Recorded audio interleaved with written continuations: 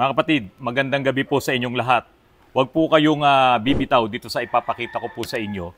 Kasi dito i-compare natin itong manual transmission dito sa automatic transmission. Pero slight lang. Kung paano nagre-reverse itong mga automatic transmission at kung paano rin naman yung manual transmission. Ito pong tumbler na to ay bigay sa akin ni Ate Chinky Espiritu, boss ko diyan sa GMA7. So binigay niya sa akin to 2 years ago. Hindi naman nasundan last year. Okay, ito mga kapatid, manual transmission. Yan, ito yung stick, no? Okay, primera, segunda, lagay ko sa tercera, kwarta, quinta. Ayun, tapos reverse. Sa reverse po, ayan, bababa mo dito. Normally, yung iba dito talaga kadalasan, hilahin mo dito, reverse. Ngayon, meron naman, dito nilalagay yung reverse. Ayan. Yung mga Toyota 86 nandito gaganon mo. Pati yung mga Mini Cooper na lumang modelo, dito nilalagay, hinihilang ganon, tapos i-reverse. So ito, dito mo ilalagay, reverse. Simple-simple sa manual, no? Clutch ka, tapos reverse. Ngayon, mga kapatid, mabuti na lang meron ako nito. Bigay sa akin ni Ate Chinky, itong tumbler na to. Chinky Espiritu, nandyan sa GMA7. Okay, ilalagay ko na siya dito. Ngayon, mga kapatid, sa automatic transmission, paano siya nagre-reverse? Wala yung ginagalaw-galaw mo doon, di ba? Ilalagay mo lang yung lever mo, tapos magre-reverse na siya. Paano po nangyayari yun? Ito ngayon, mga kapatid, ang reverse sa automatic transmission. Nandito sa harapan ko, itong planetary gear. So, ito yung input shop na nakakabit na to doon sa torque converter. So, marami siyang dinaanan dito, mga gears pa. Tapos, ito ngayon yung planetary gear. Sa planetary gear, mayroong ring gear. Kakalasin ko po Ayan. Tanggalin ko muna itong pinaka-sun gear. Ito yung pinaka-sun gear sa gitna. Ito naman ngayon yung planet gear. Ayan, makikita nyo sa loob. Ayan, mga gears po yan. So, iyan yung planet gear. At ito naman po yung carrier. Itong planetary gear carrier. Yan. Okay. Tapos, ito naman po yung ring gear. Nandito yung mga spline niya, no? Yung mga ipin. Okay, ibabalik ulit natin. Ito po medyo ano lang to, mabusisi din mga kapatid pagka ibinabalik. Ayan. Tapos, ito yung sun gear, yung pinakagitna. So, yun nga yung araw, no? Yung sun gear, yun yung pinakagitna, ibabalik natin. O, ito, mga bearing po ito. Okay. Balik ko na ngayon. Yun, na-tsambahan. Okay, kung mapapansin nyo mga kapatid, meron akong nilagay na double adhesive tape dito para po makita nyo mga kapatid yung ratio. Kasi may ratio po ito bunutin ko ulit. Itatapat ko ngayon. Ayan, pantay na sila. Okay, paano ngayon nagre-reverse sa automatic transmission? Kailangan mga kapatid, pigilin itong ring gear. Kasi pag tinignan nyo po yan, umiikot yan. So yan, umiikot, no? Kapag walang pipigil dito, neutral lang yung ano na yan. Neutral lang yung planetary gear na to. Kaya nga po, ito na naman.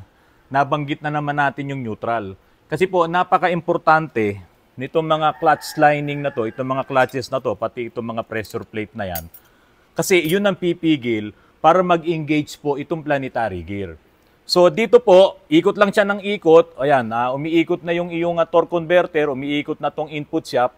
So lahat po ng mga pyesa na to, ay ikot lang yan ng ikot sa loob ng yung automatic transmission, naka-neutral lang yan, walang engagement. Ngayon, paano ngayon gagana yung iyong reverse? So ito po yung clutch nung reverse. Ayan. So may lining, friction material, tapos may plate, tapos meron na ng mga friction material, ito ulit yun. So ito po, dikit-dikit yan na nandito sa loob nito. Yan. Kung mapapansin nyo, ito may mga ipin dito, may mga spline yan. Ito yung nakakabit mismo doon sa housing.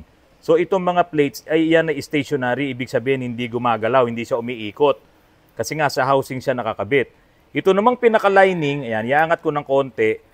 Ibig sabihin, kapag umiikot itong planetary gear at hindi naman umiikot itong mga plates niya, talagang magkakadikit yan, nagkakaskasan ngayon yan, parang ganyan, Kaya nga sinasabi natin, kapag walang engagement, mga kapatid, yung mga clutches na to, dapat maganda talaga ang iyong automatic transmission fluid. Kasi kung sunog na ang iyong automatic transmission fluid, mga kapatid, masisira itong mga lining na to kasi hindi na siya magiging magandang lubrication. So, hindi lang po sa reverse mayroong ganito. Halos lahat po ng mga clutches, halos lahat ng mga gears, yung speed, ay meron pong ganito mga clutch lining. Kaya nga pag bumibili tayo ng rebuilding kit, sobrang dami ng mga clutches. Para gumana yung reverse mo, magdidikit-dikit ito ng todo. So pag nagdikit-dikit ito ng todo, mapipigil ngayon itong ring gear. Kasi po, pag pinigil mo ang ring gear, i-assume na lang natin na bababa ko na to halimbawa, napigil na yung ring gear kasi ito ay nagdikit-dikit na ng todo, na-engage na. Pipigilin ngayon itong ring gear. Tignan nyo po itong ikot nitong planetary carrier saka itong ating input shaft. Ayan, tignan nyo po ang ikot niya. Ano po napapansin nyo, mga kapatid? Sa lubong. Kasi po, nag-reverse na po itong ating planetary carrier. Yan, yung planet carrier. Nag-reverse na siya. Pero kung hindi ko ngayon pipigilin itong ring gear, mga kapatid, hindi yan magre-reverse. So yan, neutral lang siya. Halimbawa, hindi mo pinigil yung ring gear, para ngayon ito ay maging rekta. Ito, halimbawa, ito na, umiikot na yung iyong torque converter, umiikot na yung makina mo. Ngayon, para pumunta siya doon sa rekta, no? Yung kwarta, sabihin na natin, rekta, pipigilin ngayon yung dalawa.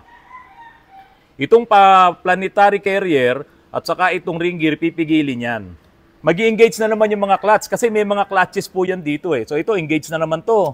Ayan, engage na naman to. Nakapigil ngayon yung dalawa na yon, magiging rekta na yan. Ayan, Hindi ko na yan mapipigil. So 1:1 ngayon yan. Ayan. Kahit ba mo rito, pupunta yan, kahit yan mo rito. Kasi nakapigil. Kaya nga ngayon, mga kapatid, paano kung nakarekta ka na, hindi pa rin umaabante, umi-slide pa rin, yun nga, sunog na yung lining. Kasi hindi niya na nakukuhang magdikit-dikit para pigilin ngayon itong mga gears natin. Itong planet carrier at itong ring gear. Ngayon, paano doon sa low gear? Ito po ngayon yon. Kapag pinigil ko lang po itong planet carrier, tignan nyo po ang ikot niya, tignan nyo yung ratio. Okay? So, ibalik ko muna dito sa gitna lahat. Ayan. Okay, titignan nyo po yung ratio. Makakadalawang ikot itong sun gear bago makaikot ng buo itong ring gear. Tignan nyo po pipigilin ko ngayon itong planet carrier. So, ibig sabihin, i-engage ko ngayon itong gitna. Tignan nyo po kung ilan. Okay. So, sabay silang umiikot. Ayan, tignan nyo. So, ngayon, itong sun gear, nakaikot na siya ng isang buo. Ito yung palatandaan natin. Ngayon, iikot pa ulit siya ng isa para makaikot ng isang buo ngayon din itong ring gear. Ayun, nagpantay-pantay na sila. So, ibig sabihin, dalawang ikot nitong sun gear bago makaikot ng isang buo itong ring gear, yung malaki. Kaya iyan yung low gear. Maraming ikot yung makina mo, saka pa lang makakaisang ikot itong ating ring gear. Doon sa loob ng ating automatic transmission, maraming iba't ibang klase po ng mga planetary gear tulad nito. Planetary gear din to. Tapos sa loob nito may planetary gear din po yan. Ngayon mga kapatid, ang sinasabi natin dito, kapag po yung ating automatic transmission, halimbawa naka-engage na, ito naka-engage, nakapigil na to, nakarekta. Ayan. So, umiikot siya, nakarekta. Okay. Hihinto lang ito, mga kapatid, kapag ka namreno ka Yun lang. Lahat sila nakahinto kapag nakapreno ka. Wala na pong umiikot dyan. Ngayon, kung halimbawa, umiikot ito, okay, umaabante ka, nakadrive ka, nakarekta ka na, yung mga clutches na walang engagement, lahat yan ay nagkakaskasan pa rin yan. Lahat, hanggang dun sa kaloob-looban. May mga clutches po dito yan. Ito, tignan nyo pakita ko pa rin sa inyo. Buksan ko na to. So kung halimbawa, nakadrive ka na, umaabante ka, ito, ang daming clutch Ayan So kung hindi sila naka-engage, mga kapatid, lahat yan umiikot, nagaganyanan yan. Kung naka-neutral ka, nakaparada ka, nagaganyanan pa rin yan. Kasi umiikot yung torque converter po Nakakabit siya rin sa loob. So mula doon sa input shaft hanggang doon sa clutch 1 at clutch 2, umiikot yan. No? Magkakaroon lang naman ng engagement kapag ka i-drive mo na. So ngayon, lahat ng mga lining na yon nagkakaskasan yan. So So sasabihin nila, ganun talaga nakadesign yun. Tama po, ganun talaga nakadesign yun. Kaya nga, ang sinasabi natin, kung ganun ang gagawin nyo, matagal kayong nakaparada, nakapark kayo, o naka-neutral kayo, yun ang nangyayari. Kaya dapat, palagi nyo sisilipin or i-check nyo ang inyong mga automatic transmission fluid. Kaya nga, ang dami na nga ding nagsabi, di ba? Nasa YouTube, ang dami nila nagsasabi, kung magpa-park ka, sandali lang, patayin mo na lang yan. Hindi siya naka-design talaga na pagtagalin mo, yung iyong automatic transmission na nakapark ka, umaandar. Kasi lahat yan nag-iikutan. Ngayon, ang sinasabi ko lang din naman, at sinasabi rin po nung iba, na kapag ka naka-engage naman yan sa drive, tulad nito, naka-engage ka. Ngayon, kung namreno ka, di ba, namreno ka na, yan, breno, lahat to nakahinto. Lahat yan nakahinto doon. Ang umiikot lang po, yung iyong torque converter at yung pinaka-pump doon sa yung transmission. Kasi nakakabit yun doon sa housing ng torque converter. So yung torque converter, ang umiikot lang dito, yung impeller. Ngayon, hindi umiikot yung turbine. Hindi po umiikot yun dahil nakakabit dito yung turbine. So nakapreno ka, nakahinto lahat to hanggang doon sa propeller mo. So walang umiikot. So ang sinasabi lang natin dito, yung sandaling panahon na yun, yun lang yung pinakapahinga nung transmission mo, nakatraffic ka, huwag mo na ipagkait sa kanya yun. Ngayon, kung halimbawa, naka-neutral kang matagal, ito na po yung nangyayari. Nag-iikutan lahat yan. Naka-park kang matagal, ganun pa rin. Lahat yan ay gumagana. Ngayon, make sure na magandang yung automatic transmission fluid para hindi naman masira itong mga lining na to. Kasi dikit-dikit po talaga yan eh. Kapatid ito tanggalin ko ulit. Ito po ay dikit-dikit lahat yan sa loob. Ngayon, tulad nito, sunog na to. Ngayon, itong bakal, hindi ito umiikot. Naka-spline nga ito dun sa pinaka-body. Naka-spline yan. So, hindi siya umiikot. Stationary. Ito naman ay umiikot. So, nagkakaskasan yan. So, siya ay hihinto lang kapag ka ito ay naka-engage. So, halimbawa, reverse, naka-engage. Hinto ito. Pero lahat ng mga lining na hindi naka-engage, ganyan, nagaganyanan po yan. Ngayon, kung naka-park ka, ganun din. Kasi gumagana siya eh. Umiikot yung torque converter mo, yung main drive mo, umiikot din, nakakabit eh. Kaya sinasabi po nila, sinasabi namin, kung naka-drive ka, drive ka na lang. Pero dapat nakapreno ka, naka-foot brake ka. Hindi pwedeng basta handbrake lang. Paano kung mahina handbrake mo? So dapat naka-foot brake ka. Kaya kung panandali ang panahon lang, mga kapatid, naka-drive ka, huwag mo na ilagay sa neutral, huwag mo na ilagay sa park, sandali lang.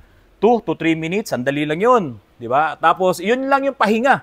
Ulitin natin Pagka pinigil ko to, gagana ngayon itong brake clutch ng reverse. Itong brake clutch, brake, pinipreno niya eh. Pipigilan niya yon, gagana to, pipigilin ko yung ring gear. Tignan nyo ang takbo nitong dalawan to. So, nandito ngayon, nakakabit yung pulley ng CVT. Ganito rin naman sa automatic transmission o reverse sila. Ayan. Kapag ka ngayon, pinigil ko yung dalawa, magiging rekta na to. Ayan, kasi dalawa na yung napigil. Ngayon, kung ang pipigilin ko lang naman, itong isang to, ito nga po yung low gear. Forward pa rin yan. Pansinin nyo, Diba? Naiiwan. Pero makakadalawang ikot itong sun gear bago makabuo ng isang cycle itong ating ring gear. Ayun, bumalik na. So, 2:1 yung kanyang ratio. So, ganun lang kasimple mga kapatid. Itong automatic transmission na meron tayo, CVT at yung non-CVT, yung mga unang automatic transmission, halos parehas lang yan. Yung mas nauna nga lang, ang ginagamitan nila ng bands. Pero dito sa mga modelo, sa mga bago, ginagamit po mga friction material, mga ganitong lining. Okay mga kapatid, so iwanan natin to. At least nakita nyo kung paano nag-ooperate ang automatic transmission. Marami pa yan, depende kung gaano karaming speeds, ganun karami itong mga planetary gears na yan. Madami yan, dire-diretso. Magkakadugtong sila. At marami rin po yung mga linings. Kaya, kung meron linings na nasunog, aasahan mo, yung planetary gear na yon hindi gagana yon. Ngayon, kung halimbawa nandoon siya sa tersera, hindi na gumana, nasunog yung tersera mo, hindi na gumana, hindi niya ngayon marireach yung tamang speed. So, pag hindi na niya reach yung tamang speed, hindi niya ituturo sa computer na mag-shift siya.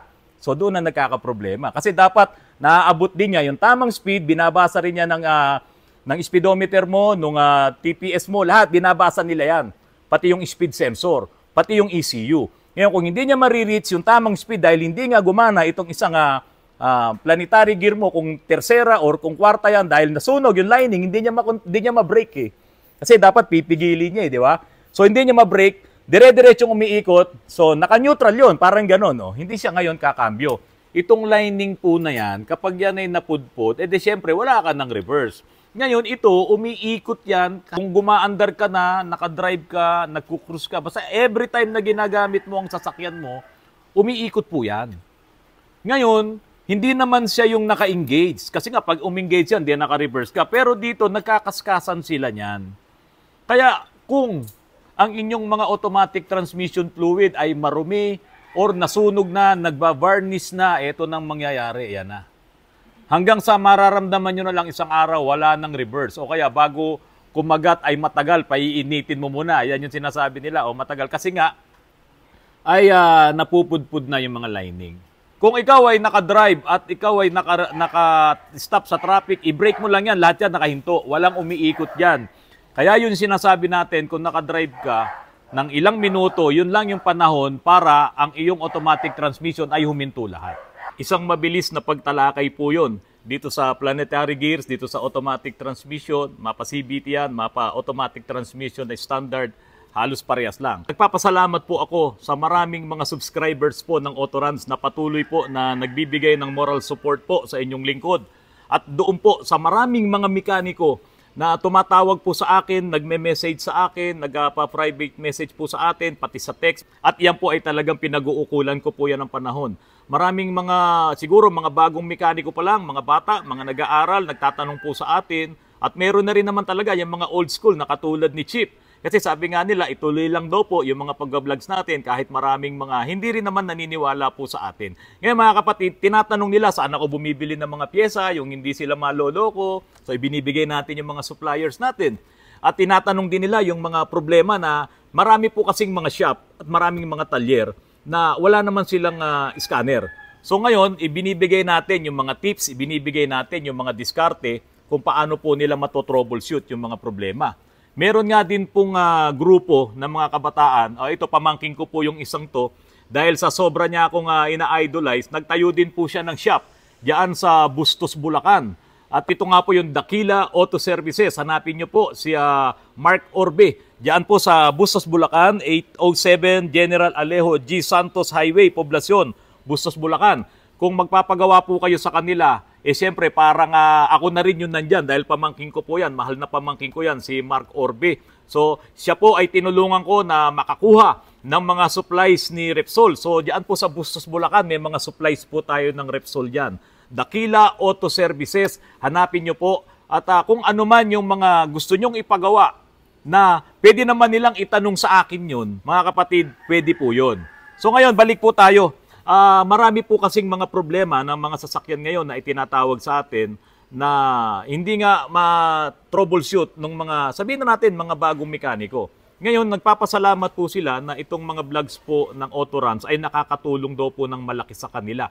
Lalong-lalo na po, yung mga baguhan pa lang na nagme-mekaniko, ngayon hindi nila ma-explain doon sa kanilang mga customer kung ano ba ang problema nito tulad sa automatic transmission o bakit ba yan na nag-i-slide, bakit ba yan nasusunog o yan. Sa mga vlogs po ni Autorans, ipinakikita po natin doon. So ngayon ito, malaking bagay po ito na sa halip na kakambyo-kambyo ka lang ng ganun sa reverse, o yan, ilagay mo sa reverse, ito palang automatic transmission, ang nagkakambyo pala sa kanya, yung mga clutches pag nag-engage. So malaking bagay po ito na maiintindihan ng ating mga bagong mekaniko na ganun lang din po palang kasimple yung operation ng automatic transmission.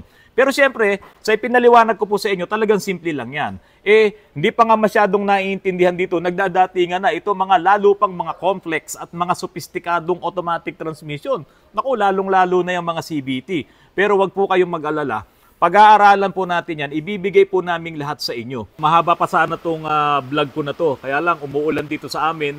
Baka maingayan kayo sa tunog ng patak ng ulan. Kaya pipilitin ko nang matapos dito. Basta mga kapatid, ito po. Ako po, si Autorans, magpapatuloy po ako sa pagbabloods. Kung ano yung mga na-experience namin dito, kung ano yung mga ginagawa namin dito, ipapaliwanag at ipapakita ko po sa inyo. Kaya po mga kapatid, sana tuloy nyo lang po yung pag-subscribe po dito sa aming channel. At kung maaari po sana, request lang po namin, i-share nyo po ang ating YouTube channel para marami din pong makinabang sa ating pong mga itinuturong mga tutorials at mga diskarte sa pagre-repair at pagdi-DIY ng ating mga sariling sasakyan. Mga kapatid, magandang gabi po sa inyong lahat kahit na umuulan. Ako po ay nagpapasalamat sa patuloy niyo pong pagtangkilik sa Autorans. Maraming salamat po.